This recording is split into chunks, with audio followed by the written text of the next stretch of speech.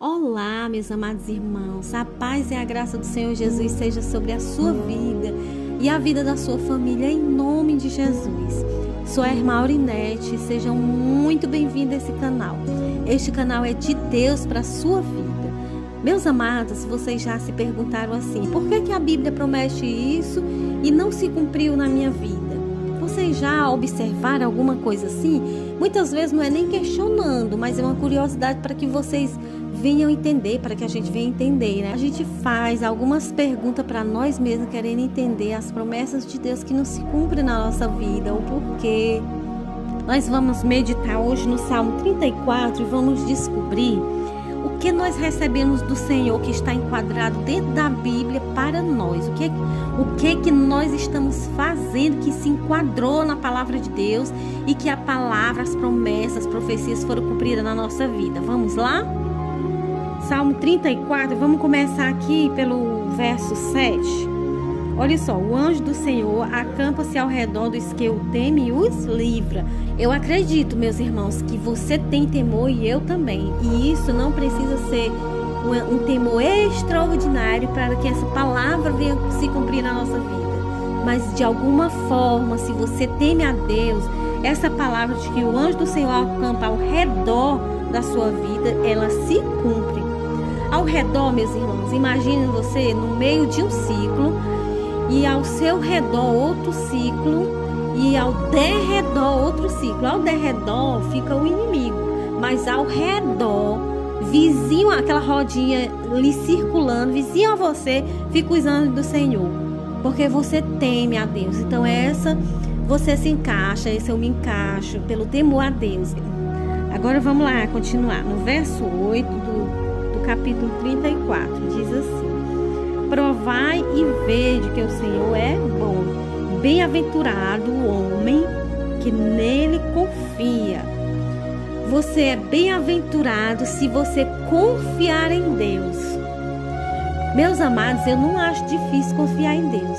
Eu acho difícil desconfiar, porque provar que Deus não é real, provar que Deus não faz, eu considero a coisa mais difícil de se provar. Não tem ciência que consiga provar que Deus não é capaz de alguma coisa. Eu não digo isso só porque eu tenho fé, não. Eu digo é pela lógica mesmo. Deus tem manifesto o seu poder até no meio dos incrédulos. Até os que não creem agora estão crendo, porque eles já viram um milagre acontecer. E eu acredito muito que Deus faz muitos milagres para que esses que não acreditavam antes, que não confiavam em Deus, venham a confiar. E até que ponto você confia em Deus para você ser bem-aventurado? Vou dar um simples exemplo que veio aqui na minha mente. Bom, eu confio ao ponto de não me preocupar com o dia de amanhã. Tem coisa mais importante, meus irmãos, da gente se desprender do dia de amanhã porque confia em Deus? Meu primeiro exemplo sobre confiança é esse. Eu não me preocupo com o dia de amanhã. Ele pertence a Deus e eu já tenho tido prova que Deus, ele provê. Eu não vou dizer, meus irmãos, que no meio das minhas fraquezas eu não tenho uma preocupação de alguma coisa para eu pagar, se vai dar certo, ou alguma conta alta, porque todos nós passamos por isso, né? De ficar na expectativa, será que vai dar certo eu pagar, honrar com esse compromisso, que é a minha maior preocupação. É de honrar com os meus compromissos em dia. Aí bate aquela preocupaçãozinha que simboliza não confiar. Aí logo vem, meus irmãos, eu lembrando dos bem-feitos de Deus, de tudo que Ele fez por mim, de toda a providência que Ele faz na minha vida até hoje, de eu viver pela fé. Aí pronto, alegra meu coração e eu volto a confiar novamente. Então são momentos, eu tenho meus momentos, que às vezes eu quero me preocupar, porque a preocupação simboliza não confiar.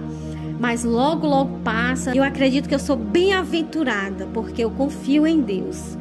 Agora o 9. Temei ao Senhor, vós, os seus santos, pois não tem falta alguma naqueles que o temem. Não lhe falta nada. É igual o Salmo 23. O Senhor é meu pastor e nada me faltará. Aqui é a mesma coisa.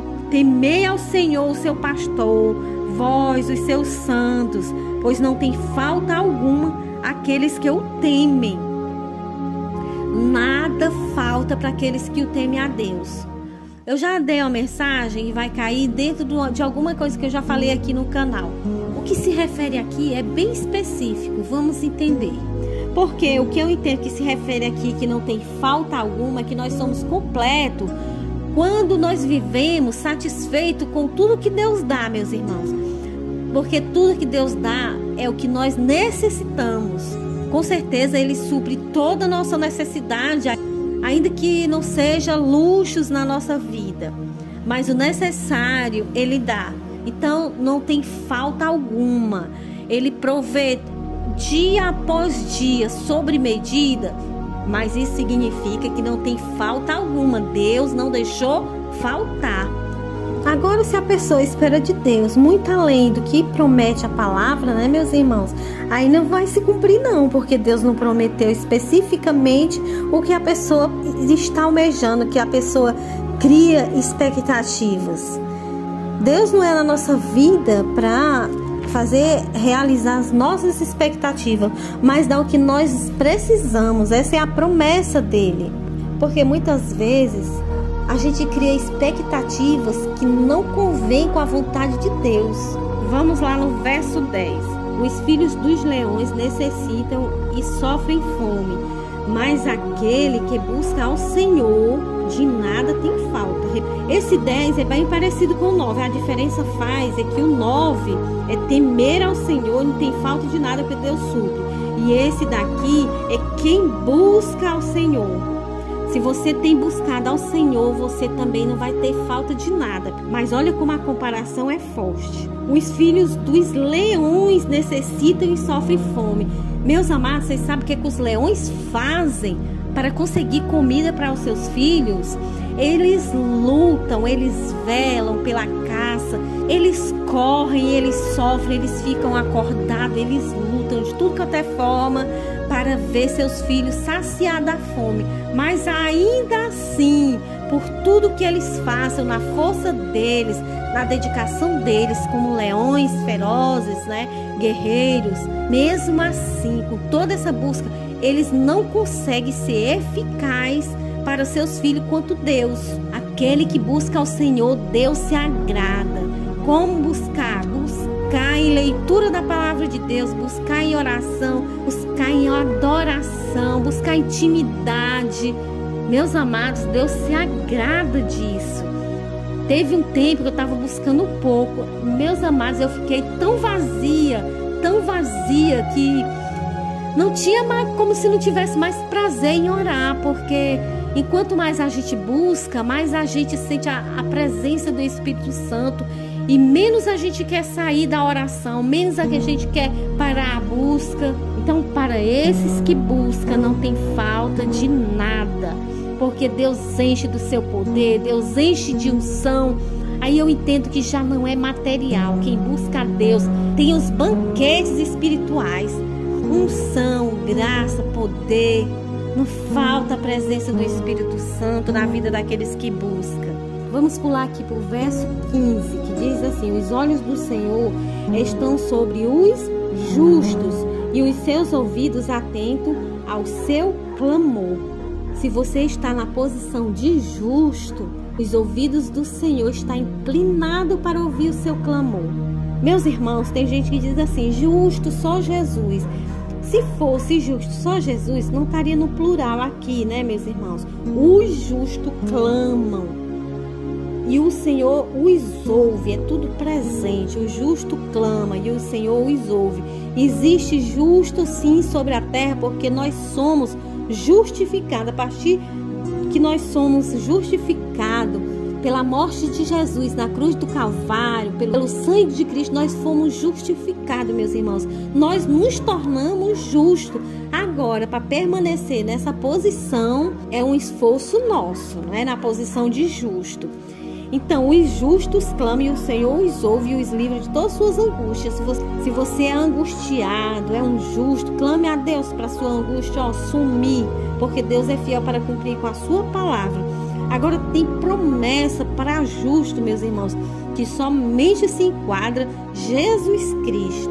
O 18 aqui: perto está o Senhor dos que têm o coração quebrantado e salva os contritos de espírito. Perto está o Senhor. Tipo, você não precisa nem clamar muito, você sente a presença dele constantemente. Um coração quebrantado, meus irmãos, alcança a glória de Deus. Você vive numa dimensão espiritual que transmite, você transborda as coisas de Deus. Perto está o Senhor dos que têm o coração quebrantado. É fácil falar, né, meus irmãos, que tem o coração quebrantado. Mas eu entendo assim, o coração quebrantado. Tipo, você faz, no mesmo instante, aquele coração se arrepende. Você sente assim uma tristeza no coração. Você se arrepende do que fez. Errar, todos têm tendência a errar. Nós somos humanos. Mas quem tem o coração quebrantado sempre está apto a se arrepender, a pedir perdão, a perdoar, principalmente a perdoar. E é um perdão de coração quebrantado, é diferente de um perdão da boca para fora. Então, perto está o Senhor dessas pessoas que têm o coraçãozinho quebrantado, igual de uma criança. O 19 diz assim: muitas são as aflições do justo, mas o Senhor o livra de todas. Quantas aflições, meus irmãos, nós como justificados somos justos. Quantas aflições nós não já passamos e Deus nos livrou.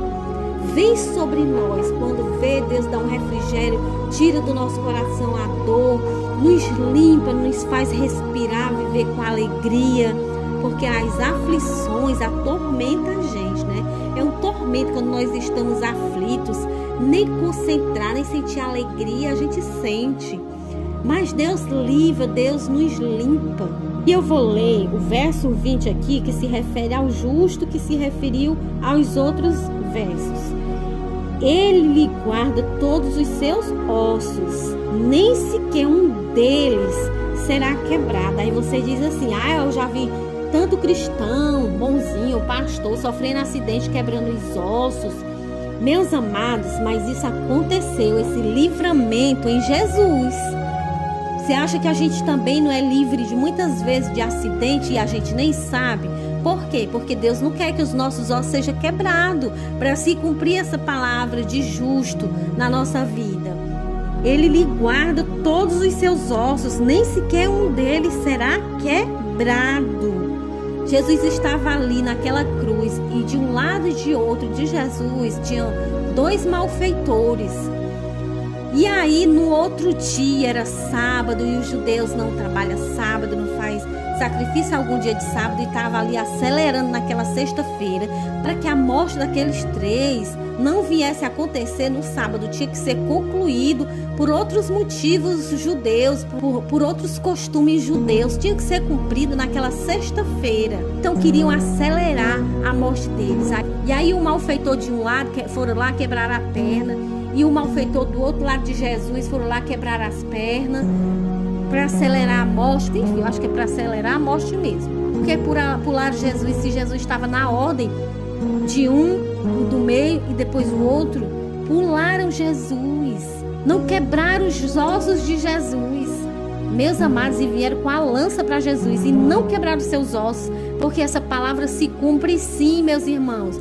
Pode não ser na vida de todos, mas a Bíblia é verdadeira. Deus é fiel para cumprir com a sua palavra.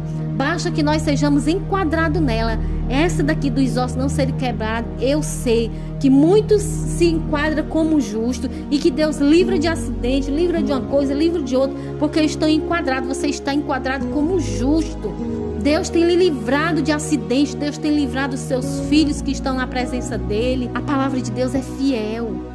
E eu lhe lembro disso para que a sua fé seja renovada, que se você confiar nesse Deus, Deus das promessas, Deus que promete de você ser bem-aventurado, esse Deus, ele cumpre com a sua palavra na sua vida. Nenhum dos seus ossos será quebrado. É só isso, meus irmãos? Não é não. 1000 cairão a teu lado, 10.000 à tua direita, mas tu não serás atingido. Tem promessa para ser salvo tu e a tua casa. Hoje eu quero lhe convidar para você ter fé. Creia, confie que tudo que você vem buscando em oração, você vai alcançar. Viva no temor do Senhor, que não lhe faltará nada. Busque ao Senhor, que você de nada vai ter falta. Se enquadre como justo, que você vai ter a palavra de Deus se cumprindo na sua vida e na vida da sua família. Você é um escolhido de Deus, a sua família é do Senhor. O diabo não toca.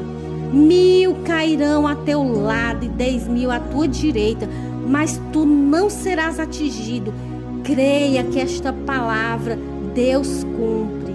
Então, para que viver com medo? Para que viver apavorada?